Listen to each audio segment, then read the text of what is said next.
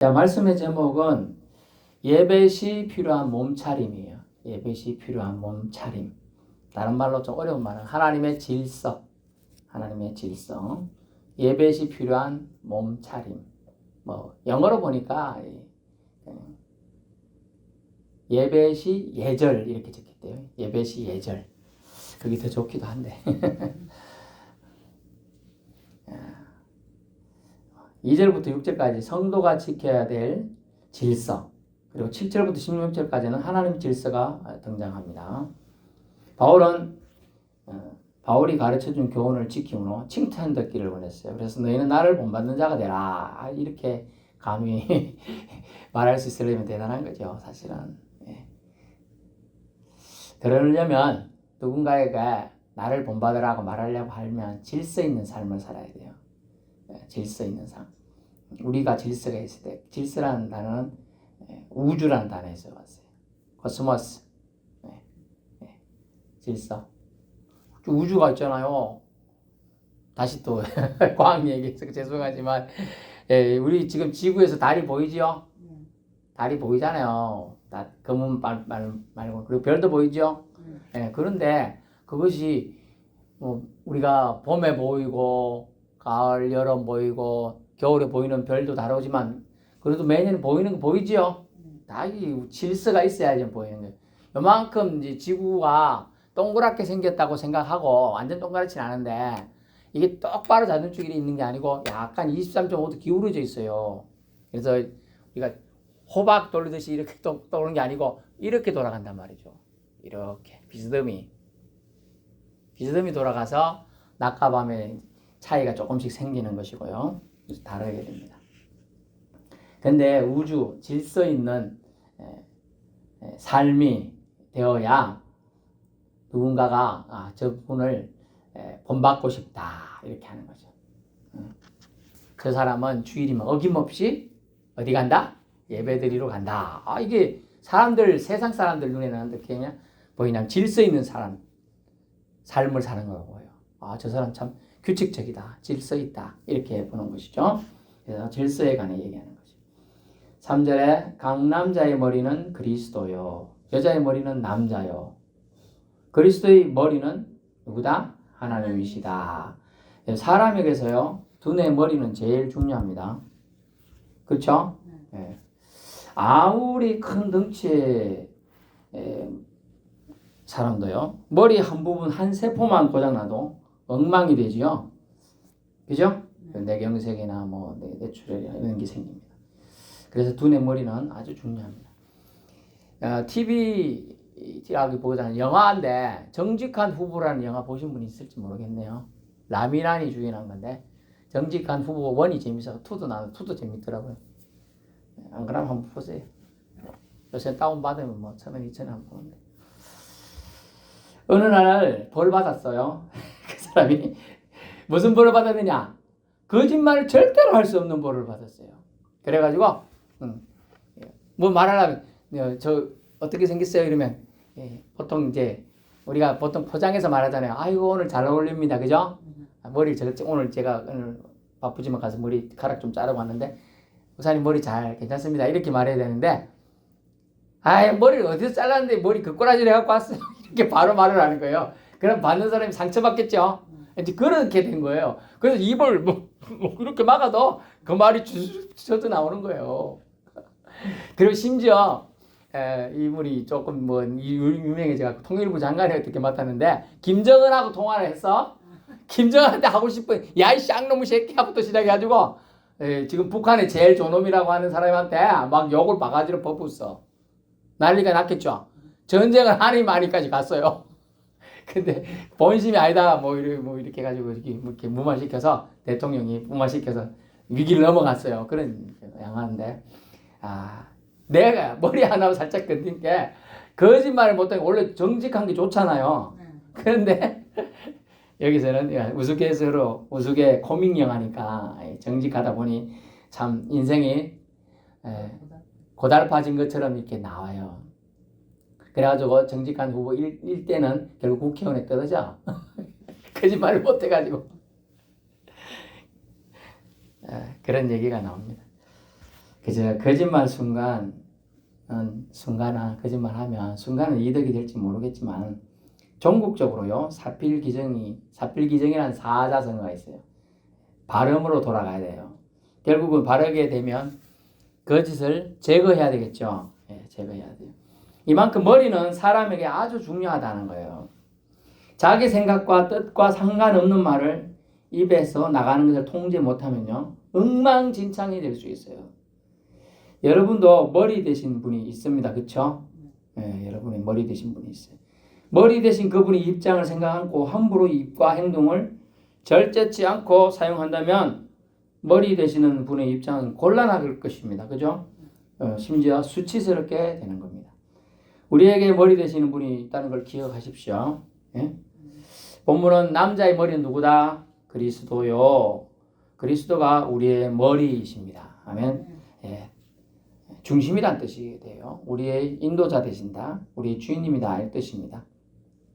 왜 그렇습니까? 그분이 있어야 우리가 구원을 받을 수 있기 때문이에요. 아멘. 예, 예수님이 있어야 우리가 구원을 받을 수가 있어요. 예수 보혈 때문에 저와 여러분의 죄가 깨끗하게 씻겨진 줄로 믿을 수 있기를 축원합니다. 예, 그렇습니다. 예수 보혈이 있었기 때문에 저와 여러분이 그 잡다한 죄, 원죄 다 씻어질 수 있는 거예요. 아멘. 예, 얼마나 예수 보혈이 가치가. 저는 그래서 다른 찬양들을 기억력이 어떤 날 혼돈되고 이럴 때는 한 개도 찬양 안 나요. 생각이 안 나요. 그런 찬양 자체가. 가사가 안 떠오른다는 뜻이에요. 여러분 아무리 노래 잘하는 사람도 완전히 정신적인 충격을 받고 이럴 때는 한 개도 가사가 안 떠오릅니다. 백지 상태가 됩니다. 근데 저는 이 찬양은 떠올라요. 예수 놀라운 이름 아름다우신 생명의 주 임마누엘 우리와 함께. 이 찬양은 꼭 다 떠오르는 거 아닌데 그냥 떠올라서 저를 위로해줘요. 여러분 어떤 순간에 가슴이 먹먹하고 답답할 때 갑자기 울컥하고 눈물이 날 때가 있어요. 그때는요 거의 100%인지는 확신하지 않을 수도 있겠으나 거의 99%는 하나님의 위로가 거기 있는 거예요. 예. 하나님 위로하심이 없으면 그게 그 찬양이든 그 말씀이든 어떤 위로의 말이 와닿지가 않아요. 위로하심이 딱 저는 언제 그걸 강력히 체험했나 서울에서 신앙생활을 할 때인데 제 애들이 그때 5살, 7살 때였어요. 새벽제단 제가 거의 아무리 바빠도 새벽제단 수호하고 갔다 와서 일을 하고 이제 출근을 하는 시점이었는데 이런 생을 얼마까지 이런 생을 살아야 되노? 막 이런 고민을 하고 있었어요. 근데 하나님이 탁 예배드리고 나오는데 어떤 찬양을 갑자기 머릿속에서 생각이 나면서 찬양이 확 지나가는 거예요. 근데 가슴이 팍 탐치면서 눈물이 팍 쏟아지는 거예요. 제가 잘 우는 스타일이 아닌데 그러면서 위로가 확 와닿는 거예요. 하나님이 나를 사랑하시는구나. 그게 와닿았어요. 좀 눈물 나서 창피할지 모르겠는데 위로가 되니까 기뻐요. 마음이 상쾌해지더라고요. 완전히 마음이 깔끔해져. 모든 앙금이 사라졌다는 느낌이 싹 들 정도로 그런 터치를 받았어요. 그리고 너무 좋더라고요. 그러고 나서 이제 막 기도원도 자주 다니고 그랬던 거 기억이 납니다. 예, 그렇습니다. 머리 대신 주님이 우리를 주장하셔야 우리의 삶은 신자가 되고 또 신자로서 멋진 주님의 강권적인 사랑의 보호하심 아래 들어갈 수 있다는 걸 기억하시길 바랍니다. 그러므로 우리는 오늘 성경에 남자의 머리는 주님이시다. 그리스도이십니다. 여자의 머리는 뭐라고 나와요? 남자다. 이거 뭐 가부장적인 사회 남성 위주의 표현처럼 느끼는데 성경에 지금 기록된 거예요. 이 설명을 드립니다. 이는 최종 책임을 남자가 져야 함을 말하고 있어요. 그 뜻이에요. 여러분 뭐 남성 위주 이거 여성 신학하는 사람들한테는 이걸로 인하고 막 남자 목사님들이나 지도자들을 힐난할 수 있는 말인데 최종 책임을 남자가 져야 한다는 뜻이에요. 그때 당시 배경을 설명하면 유대 사회잖아요. 여기서는 물론 헬라 사회인데 이게 이제 어느 정도 유대 사회 사람들은 이런 문화를 알잖아요. 하나님이 세상을 창조하셨습니다. 그죠? 하나님이 남자부터 창조했습니다. 그죠? 그 다음에 여자를 만들었습니다. 여자는 누구를 위해서 만들었어요? 남자를 위하여 만들었습니다. 자, 이런 걸 배경을 아니까 이걸 수긍할 수 있는데 헬라 문화권이나 또 이방 문화에서 온 사람은 모르죠. 아, 수트는 건 뭐야? 막 이렇게 나왔어요. 그래서 성경에 원래 하나님 질서를 가르치려고 지금 바울이 얘기하고 있는 거예요. 바울의 입을 통해서 얘기해주고 있는 거예요. 최종 책임을 남자가 져야 하기 때문에 여자의 머리는 남자라고 표현하고 있어요. 에덴 동산의 아담의 죄를 기억하십시오. 불순종한 책임 떠넘기기로 아담은 위기를 모면하려 했으나 하나님이 이 하와를 질책한 게 아니에요. 아담을 질책한 거예요. 너를 위해서 줬는데 네가 왜 여인 네 아내 하와를 단속 안 했느냐 그러니까 하나님 내가 단락했어요? 이랬죠. 변명이잖아요. 책임을 그래 책임지는 사람이 되라고 여자의 머리 남자라고 이제 얘기해 주고 있는 겁니다. 이로 인해 그리스도 예수께서도 모범을 보이셨는데 그리스도 예수의 머리는 누구라고 나와요? 하나님 아버지라고 나오잖아요. 그죠? 아버지 하나님이야. 그러므로 그리스도의 머리도 하나님이신데 말이에요. 우리가 머리가 있으면 당연하고 그죠? 여자의 머리도 있으면 당연하다 이런 생각을 해야 하는데 뭐 꼬아서 들으려면 한없이 시험에 들 수 있다. 나 교회 안 갈래. 믿은 생 안 할래. 이럴 수도 있어요. 그런 거 아닙니다. 이 땅에 계시는 동안 예수 그리스도도 아버지 하나님 뜻을 거역치 않았습니다. 순종하심으로 머리 대신 아버지 하나님께 영광스럽게 아버지 하나님을 높여드리는 일을 했던 거예요. 4절 보세요. 기도나 예언 시에 머리에 뭘 쓰고 하는 것은 남자로서 머리 대신 분을 욕되게 하는 거고, 그래서 우리 남자들이 여기 기도하고 왔을 때 머리에다가 뭐 모자 쓰고 뭐 이렇게 쓰고 이렇게 하는 것은 욕되다 이렇게 보고, 또 여자로서 머리에 써야 되는데 안 쓰고 벗고 하는 거, 기도 예언하는 것도 머리 된 남자를 욕되게 하는 거고, 그것은 결국 궁극적으로 하나님을 욕되게 하는 거다. 써놨어요. 여자가 6절 머리 가리지 않고 행동하려거든 깎든지 밀지 않으면 가리세요라고 해놨죠. 빡빡 밀어버리라. 차라리 안 가릴 거면 이렇게 써요. 그래서 지금 남아있는 게 천주교 머리천 같은 거 쓰죠. 베일 같은 거, 수건 같은 거 쓰는 거예요. 이슬람도 히잡 같은 걸 쓰는 거예요. 그래서 그 문화가 지금 계속 내려오는 거예요. 근데 이 배경을 알 필요가 있어. 이렇게 해놓은 배경을. 이때 당시에 유대 사회를 알고 유대인 여인들은 이걸 다 규율을 알기 때문에 자기 자신을 가리고 머리를 숙이고 머리 대신 남편, 여자로서 남편, 또 그것은 또 남자는 머리 대신 그리스도, 이것을 알기 때문에 그걸 순응하며 예배드리러 참석했어요. 근데 이때 당시 고린도 교회 사람들 어땠느냐? 어중이 떠중이들이 많이 있죠? 예배드리러 왔더니 머리에 써야 될 여자들이 안 쓰고 있어. 알고 봤더니 그분들이 대부분 누구라? 이방인들인데 누구냐면 창녀라. 여기 보이니까 남자들이 예배를 집중하면 그 여자 쳐다보고 있어. 그렇게 창녀도 예수 믿고 구원받을 수 있죠. 그것까지는 이해되는데 와가지고 예수 믿었으면 이제 규율을 따르면서 줘야 되는데 자기를 자랑하려고 머리에 수건을 안 쓰더라는 거죠. 베일을 안 하더라는 거죠. 일부러. 그리고 자기 화장 보여주고 자기 과시하고 결국 정욕으로 예배드리러 왔는데 자기 욕심, 즉 성욕이나 정욕을 과시하기 위해서 나 이 정도 미녀다 몸매 과시하기 위해서 했다는 거예요. 몸치장이. 그래서 우리나라 번역에는 여자들의 몸치장에 대하여 이렇게 되어 있어. 꾸짖는다 이 뜻으로 나와요. 그러니까 여자가 머리를 가리는 게 이 부분이 여자의 몸치장에 대해 꾸짖는 게 나온다 이 뜻으로 나와요. 그래서 이 배경을 알아야 돼. 배경 이때 당시에 머리를 안 가리는 것은 가려야 될 사람이 안 가리는 건 뭐냐 하면 여자들은 가려야 되잖아. 안 가리는 것은 창녀들이 앉아 있으면 안 가려야 남자들이 지나가다가 저 예쁘니까 코를 하는 거야. 그래서 안 가리는데 교회 와서도 그러다는 거지. 습관이 돼가지고. 그거 안 된다. 예배 드리러 왔잖아. 그런 거 아니잖아. 그지? 그래서 그렇게 한 거고 남자들이 그럼 또 쓰는 건 뭐예요?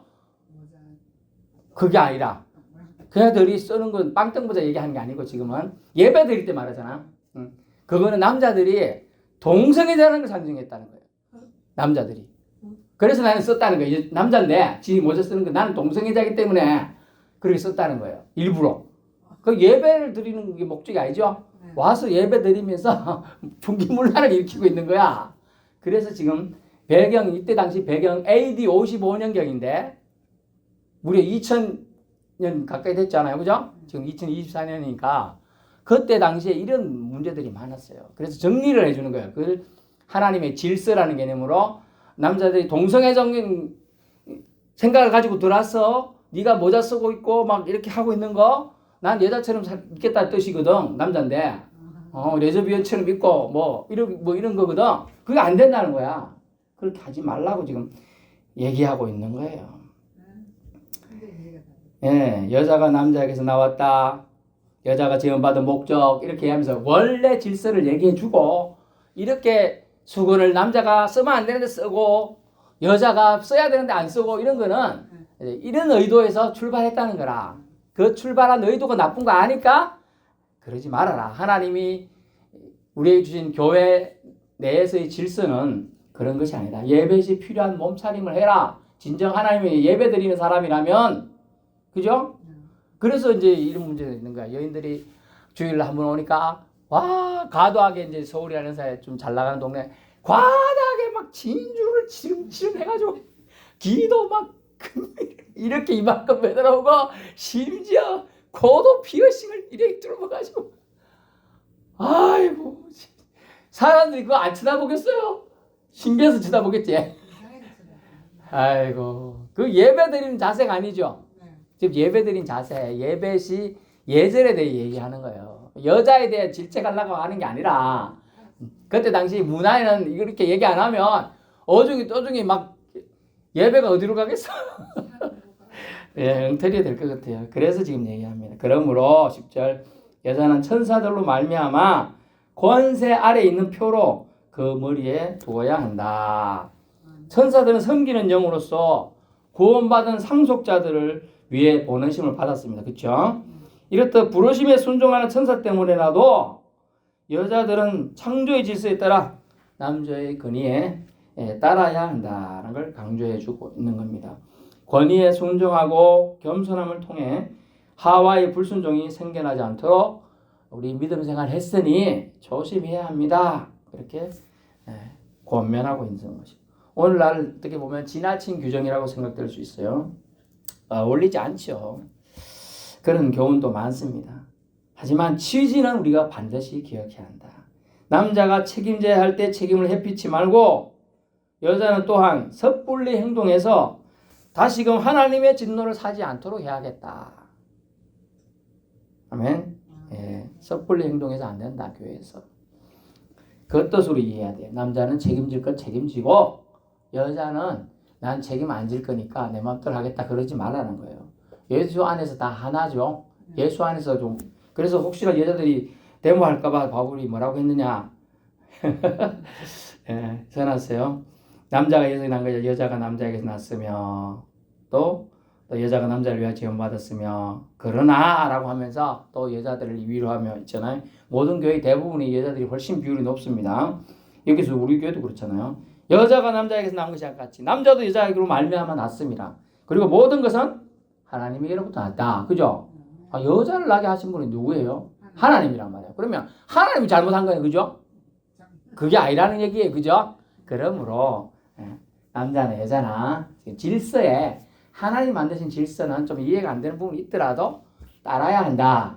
그러면 하나님의 선한 복이 그에게 임할 것이다. 라는 11절 주 안에서 남녀가 조화를 이루어야 한다는 걸 말해주고 있습니다. 12절 모든 것은 하나님께로부터 났기 때문입니다.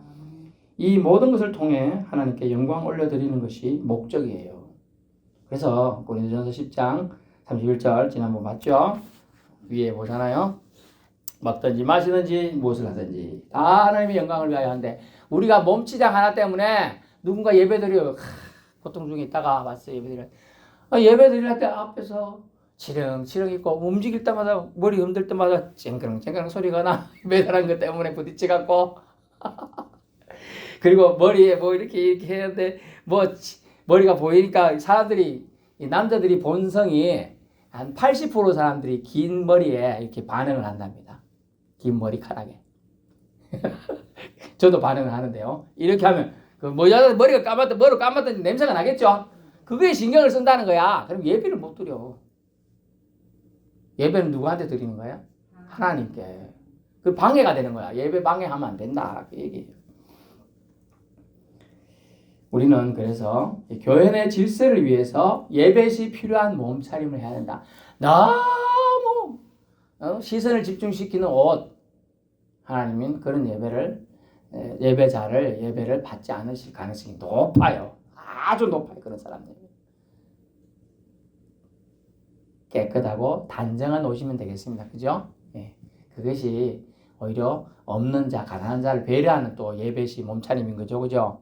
예. 너무 뭐 자기 돈 있다고 말이야. 한 슈트 한 위에 한 천만 원짜리, 바지에 뭐 천만 원짜리, 시계 몇 천만 원짜리. 과시하러 오는 거야. 과시하러. 그거 아니라는 거예요. 배려해야 된다. 결론의 말씀드립니다. 남자든 여자든 예배 시 필요한 최소한 몸차림이 있다는 거예요. 몸차림이. 그래서 그 최소한의 몸차림을 하고 예배에 참석해야 한다는 것입니다. 머리 되신 분이 계심을 알고 겸손하게 저와 여러분 행할 수 있기를 바랍니다. 머리 되신 예수님, 머리 되신 분을 우리가 최소한 수치스럽게 느끼셔. 내가 제 부모라는 게 창피하다 이래서는 안 되잖아요. 내가 택한 자녀가 왜 저 모양 있고 이거 안 되겠죠.